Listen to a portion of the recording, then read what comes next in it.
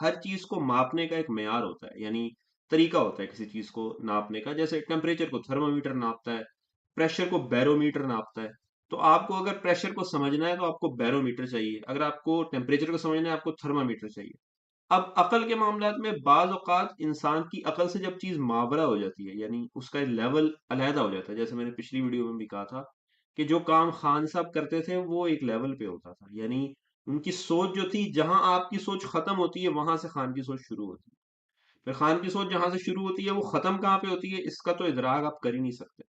तो जिस चीज़ का आप इदराक ही नहीं कर सकते उसको आप कैसे समझेंगे? और इसी तरह आप ये बात नहीं समझेंगे, जो दुःख है, जो मेरे दिल में है, मुझे बड़ा अफ़सोस होता है जब हमारे अपने दोस्त खान के बज़ाहिर चाहने वाले ये सवाल उठाते हैं कि खान साहब क्यों लाए उस्मान बुज़दार को? हालाँकि बताया था खान साहब ने कि वो क्यों लाए उस्मान बुज़दार को। सबसे पहली बात मैं आपको बताऊँ जो उन्होंने बताई थी कि बिजली नहीं है उस शख्स के गाँव में। मैंने सरदार उस्मान को पंजाब का वज़ीर आला नॉमिनेट किया है और मैं आप सबको आज उसकी वजह बताना चाहता हूँ। सरदार उस्मान पंजाब के उस इलाके से हैं जो सबसे पासमानदा है। वहाँ ना लोगों के पास पानी है, ना बिजली है, ना अस्पताल है।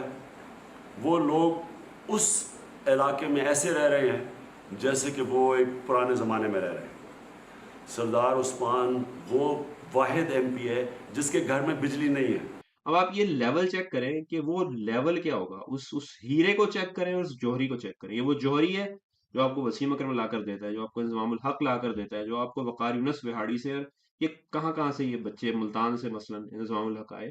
ये छोटे-छोटे शहरों से हीरे इकट्ठे करने वाला जौहरी, इसने उस गाँव से, देखिए वहाँ बिजली भी नहीं थी, पता नहीं इंटरनेट भी होगा कि नहीं होगा। फिर भी कितने कारनामे होंगे उनके कि वहाँ तक बात पहुँची और खान साहब ने उनको बुलाया अपने पास। ये इंशाल्लाह जो हमारी विज़न है तहरीक इंसाफ की, उसके ऊपर मुझे यकीन है कि ईमानदार सूबे का चीफ मिनिस्टर ज़बरदस्त काम करेगा और हमारी विज़न पे पूरा उतरेगा। अब मैं फिर से रिपीट मैं आपको ये समझाता चलूँ कि ख़ास बात जो थी उस्मान बुज़दार की, और इसीलिए मैं ये वीडियोज़ बना रहा हूँ कि जो आपको समझ नहीं आई, खुदारा वो समझ ली कि आपने अपने साथ कितना बड़ा ज़ुल्म किया है। आपने उसको, उसकी कदर नहीं की, ऐसे ही जैसे दुनिया ने ट्रंप की कदर नहीं की।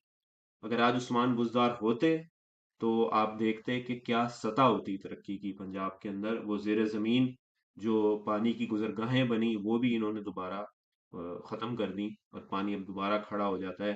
जो मंसूबे बनाए उस्मान बुज़दार ने, और सिस्टम्स तो वो ऐसे बनाते थे कि ये सिस्टम्स कैसे बनाए जाते हैं। और मौजूदा हुक्मरान जो, जिनको सिस्टम बनाने नहीं आते, कुछ पता नहीं है, बस वही पुराना तरीका, हर चीज़ में अपनी तस्वीर लगा ली और आके कहा कि बस ये मेडिकल कॉलेज सही कर दिया, सड़कें सही करनी, सड़कें बनाने से, पुलें बनाने से कौमें नहीं बनती हैं, कौमें बनती हैं सिस्टम बनाने से। चीफ मिनिस्टर खुद निकले हैं। अस्सलाम वालेकुम जी, आपको पहुंचाना है?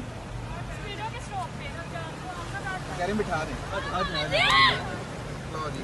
आ जाए गाड़ी में बैठे, आप पीछे जाए। अब पीछे जाओ। आप लोग पीछे हो जाए।